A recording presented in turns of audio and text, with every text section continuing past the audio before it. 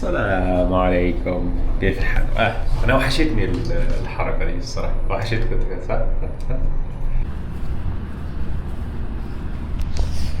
امبارح كان عيد الاتحاد، والشارع ده كله كان زحمه جدا، والجاده كلها كانت زحمه جدا بصراحه. فانا ما عرفتش ما عرفتش اطلع بالعربيه، فروحت ماشي وها انا ذا راجع ماشي برضه. فوالله اكتشفت حاجة، يعني الجو جميل، يعني الجو كان جميل جدا جدا بالليل بصراحة، يعني التمشية كانت جميلة، فليه لا؟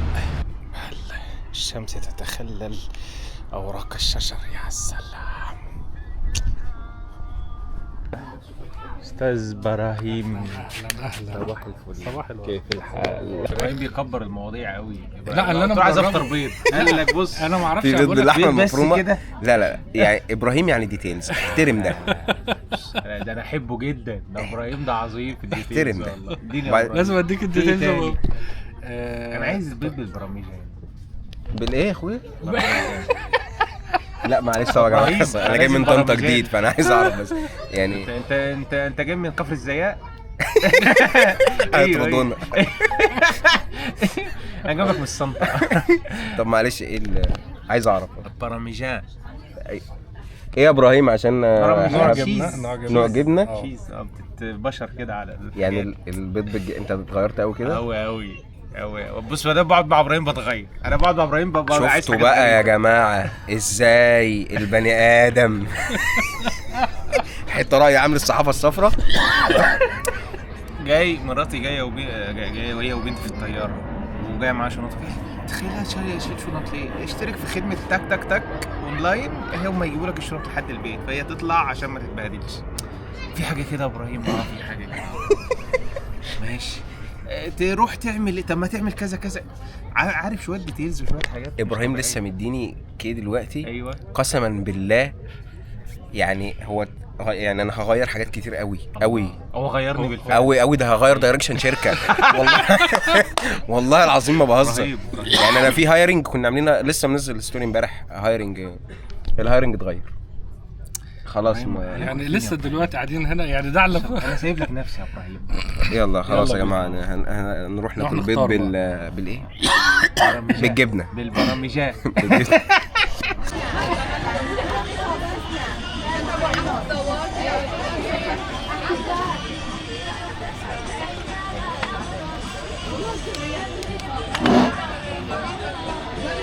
أنا مستوعب جدا لفكرة إن الناس مختلفة عن بعضها في وقت التركيز، وقت الإنتاجية. يعني في ناس بيبقوا أعلى إنتاجية لهم الصبح، في ناس بيحبوا السهر كده وبينتجوا كويس جدا جدا بالليل، ويناموا متأخر ويصحوا متأخر. وأنا يعني محترم كل الأنواع دي. وأنا الفترة اللي فاتت كلها كنت مجبر إن أنا شغلي بالليل وبنام متأخر. واي حد عنده طفل صغير هيكون مستوعب ان انت بتفقد جزء كبير جدا من حريتك في اختيار وقت النوم. باشا انت ما بتنامش بمزاجك، انت بتنام بمزاجه، تمام؟ فطول الفترة اللي فاتت دي كنت كده ومش قادر اتحكم بصراحة، وارتباطات بتبوظ وحاجات كتيرة جدا جدا بتبقى متأثرة بهذا الامر. اليوم الحمد لله ربنا يعني قدر ليا ان انا اتقابل مع الشباب، اشتغل شويه هنا في كافيه في مكان كويس، وهما بيجوا الصبح بدري يعني، فقلت لهم هاجيلكم. وسبحان الله، فسبحان الله يعني هم قالوا لي ان هم هيجوا الساعه 9. انا يعني قلت ماشي، يعني الله خلينا نلتزم وحاجه تصحينا، والواحد برضو بيحاول يلتزم باي بروميس او اي وعد او اي كلمه هو بيعطيها لحد، لان ده ليه تاثير كبير جدا جدا يعني على حاجات كتيره كنا اتكلمنا عنها في موضوع الثقه بالنفس والوعود اللي بتقطعها على نفسك وكده. حتى لو في كتير من الاحيان يعني الموضوع بيبقى صعب عليك، والاسهل انك تنفك من هذا الارتباط بصوره او باخرى. بس سبحان الله يعني قلقت كده، قمت الساعه 10 كويس. فيعني قمت كده ظبطت الدنيا وبتاع وجيت، وده متاخر يعني على ما جيت هنا مثلا على الساعه 11 ونص ولا حاجه. ماشي. فسبحان الله يعني فعلا هو ده مش بكور ومش بدري وبعيد كل البعد عن فكره ان حد يصحى بدري خالص خالص، بس بالنسبه لي ريلاتيفلي لا ده بدري جدا جدا بالنسبه لي. فسبحان الله يعني رجعت تاني بقى الايه، حاسس لا ان انا انجزت ولسه اليوم قدامي، لسه هو رايح اصور ولسه في شويه حاجات والبروجكتس، فالواحد بيرجع. يعني هو النبي صلى الله عليه وسلم بورك لامتي في بكورها، يعني تصحى الصبح تاخد بركه. بغض النظر بقى مفهوم جدا الكرونيك تايب بتاع اي حد، بس if I had to choose I would go with الصباح، البكور. تخلص يومك بدري، تنام بدري، تصحى بدري، يعني يومك كده تحسه انضرب في 2 ولا 3. فسبحان الله يعني رجعت تاني زغزغت كده، وعارف انت اما ايه دغدغت وزغزغت فكرة اليومين 3 في يوم واحد.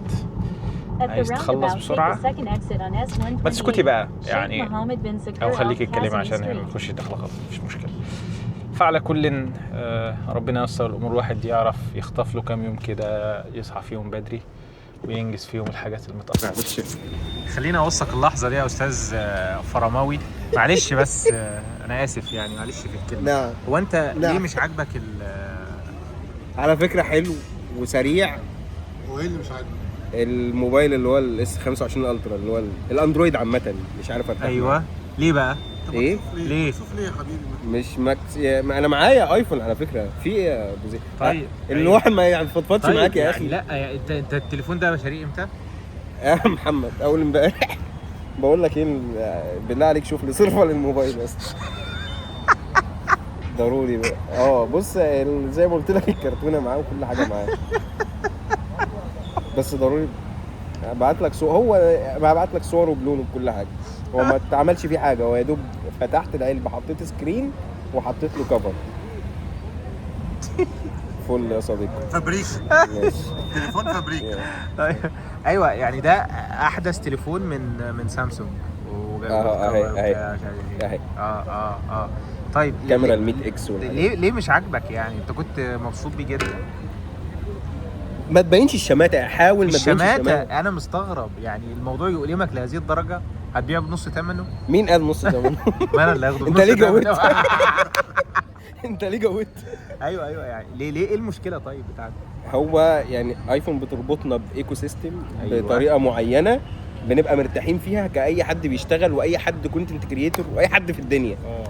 فمهما خدت فيتشر بالاي اي ما انا مش عارف. الاي اي بتاع سامسونج على فكره متطور عن متطور جدا. ابل اغبياء فشخ في الموضوع الاي اي. ولو وصلوا الاي اي ده احنا ممكن بعد 5 سنين، بس فكره انك خلاص مش عارف ترتاح في التعامل. يعني انا سيري بنده عليها تفتح المنبه وتقفل المنبه وبنلعب مع بعض هنا، علشان يعني مع ان هي جوجل ده بيعمل لك مهام اكتر، يعني بيعمل لك مهام جوه اكتر بس مش مريح. سبحان الله.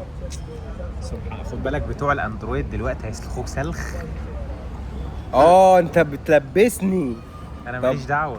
بص يا جماعه، هو ده السبب في كل شيء. لا انا حاسه. انا ما قلتلكش هات اندرويد. انا معايا اندرويد اهو الحمد لله. لا استنى هو بص. استنى هو فين يا عمار؟ لا استنى والله استنى اهو بتاع عمار اهو. طب ليه طيب؟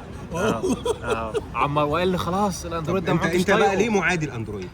مين اللي قال ان انا معادي اندرويد؟ انا كنت بفكر اشتري واحد. طب امال ده فين موبايل؟ طب ما تجيبه بنص الثمن. 16 برو ماكس اللي في ايدك ده ايه؟ والله اضطريت اجيبه يا اخي عشان ما كانش معايا تليفون. والله يعني ده اللي هو اي حاجه بتقول الو. والله كان معايا كان معايا 13 برو. طب ما ما كنتش هعمل ابجريد بالمناسبه. يعني معادي الاندرويد؟ مش معادي، انا بدات اندرويد سنوات بس احتجت ان انا اجيب ايفون عشان تصوير الفيديو هنا احسن. عشان تصوير الفيديو احسن يعني. طب خلاص، وانا كمان عشان تصوير الفيديو واشتريت بقى سامسونج ليه؟ عشان يعني عشان أيوة. بجرب. على فكره الحياه تجارب وعادي جدا الواحد يجرب. وعادي ان احنا نرجع عن اخطائنا صح؟ ونفكر ليه مين قال انها على فكره مش غلطه؟ ما تلبسناش مع الاندرويد فانز. بس يا اسطى بس